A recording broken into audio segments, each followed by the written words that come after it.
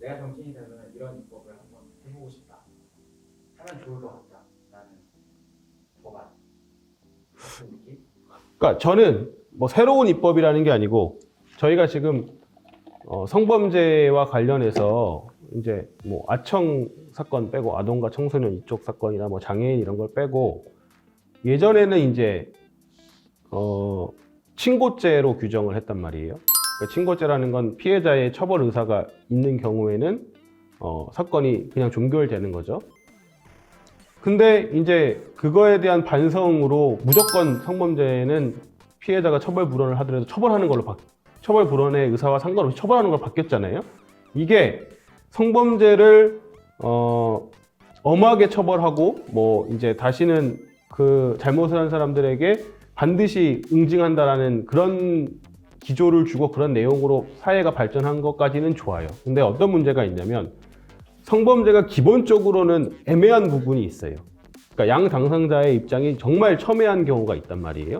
그런 경우에는 피고인뿐만 아니고 그 고소인 측에서도 자기 고소에 대해서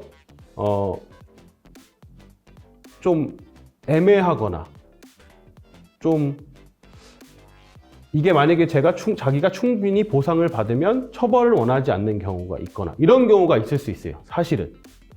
그리고 피고인 입장에서도 내가 잘못을 했는지 안 했는지에 대해서 좀 애매한 경우가 있는데 만약에 인정을 하면 그 순간에 무조건 처벌을 받기 때문에 인정 못하는 경우가 생길 수 있어요. 그러니까 결국에는 양쪽이 다 끝까지 갈 수밖에 없는 상황이 된단 말이죠.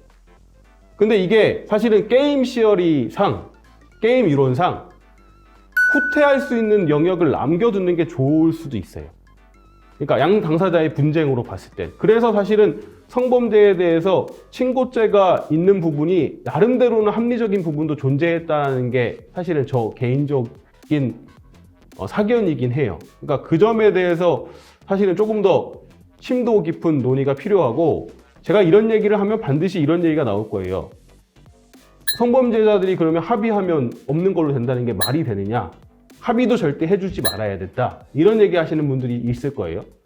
그런 분들은 실제로 피해를 입은 피해자들한테도 그런 얘기를 해요. 합의하지 마라. 왜 합의를 하냐? 근데 그거는 본인이 당사자가 아니기 때문이에요. 어떤 일정 부분은. 피해자들 입장에서는 이미 벌어진 일이고 실제로는 그 벌어진 피해에 대해서 충분한 보상을 받는 게 중요하신 분들도 있어요.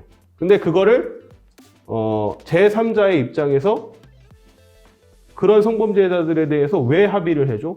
합의를 해주면 안 돼? 라고 이야기하는 게 이게 어떤 결과와 어떤 책임이 있는지에 대해서 조금 고민해 볼 필요가 있어요. 저는 근데, 친고죄 폐지는 반대입니다. 그러니까 친고죄를 없앤 지금이 나은 것 같아요. 왜냐면 이 성범죄가 사실은 피해자들이 기본적으로 사회적 약자인 경우가 많고 그 약자가 사건이 진행됨에 따라서 실체 관계를 파악하기도 전에 합의했다는 이유로 수사가 그냥 그대로 끝나는 경우들이 있단 말이에요. 그렇잖아요.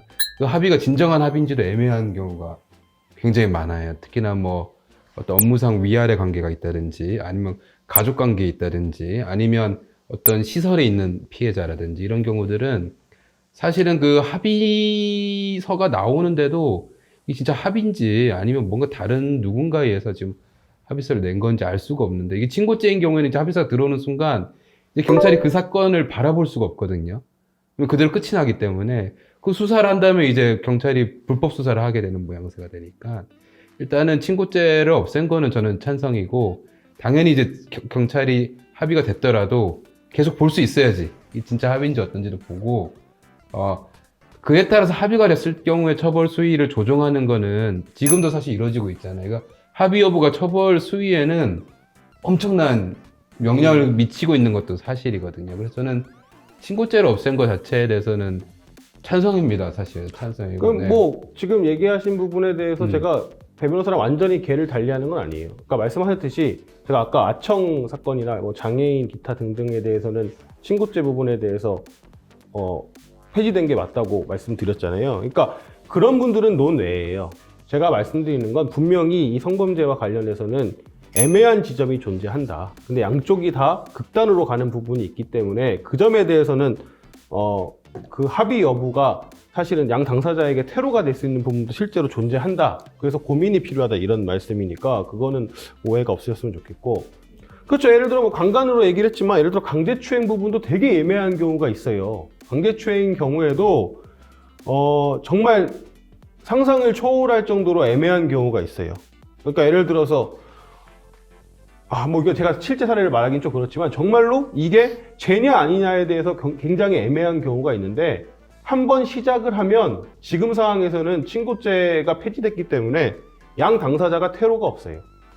그러니까 그게 진짜 현실이기 때문에 그런 부분에 대해서는 원만하게 해결되는 방법에 대한 부분도 분명히 고려가 돼야 된다라는 걸 말씀드리는 거예요.